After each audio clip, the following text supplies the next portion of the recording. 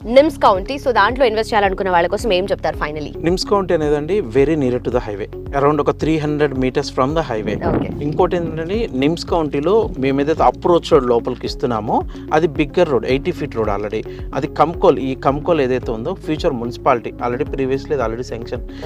ఇది మున్సిపాలిటీ, ఈ మున్సిపాలిటీకి ఆల్రెడీ ఇన్నర్ రింగ్ రోడ్ ఉంది.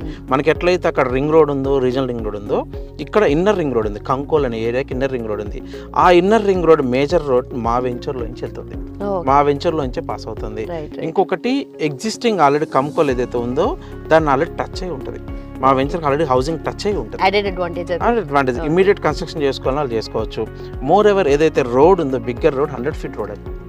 So these are the main advantages అండి. హైవే నుంచి ఒక 300 meters, కంపారిటివ్లీ ఒక స్ట్రాంగ్ పాయింట్ అండి.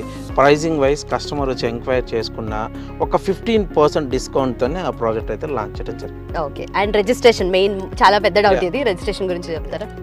రిజిస్ట్రేషన్ అండి, ఈ 2 projectsలో మీరు రిజిస్ట్రేషన్ ఎక్కడ ఏ పెండింగ్స్ అయితే లేవండి.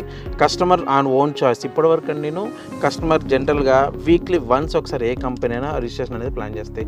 బట్ నేను ఈ 2 వెంచర్స్లో కస్టమర్కి ఏదన్నా మంచి రోజు అంటారు, చాలామంది మంచి రోజు చూస్తారు, ఆ రోజు వచ్చినా కూడా ఆ రోజు కూడా మేము రిజిస్ట్రేషన్ పెట్టాము. సో థర్డ్ ప్రాజెక్ట్ కూడా సేమ్ అట్లే కంటిన్యూ చేస్తామండి. సో రిజిస్ట్రేషన్స్ అయితే ఎప్పుడు మేము ఎక్కడ ఏం ప్రాబ్లం అయితే మా వెంచర్స్.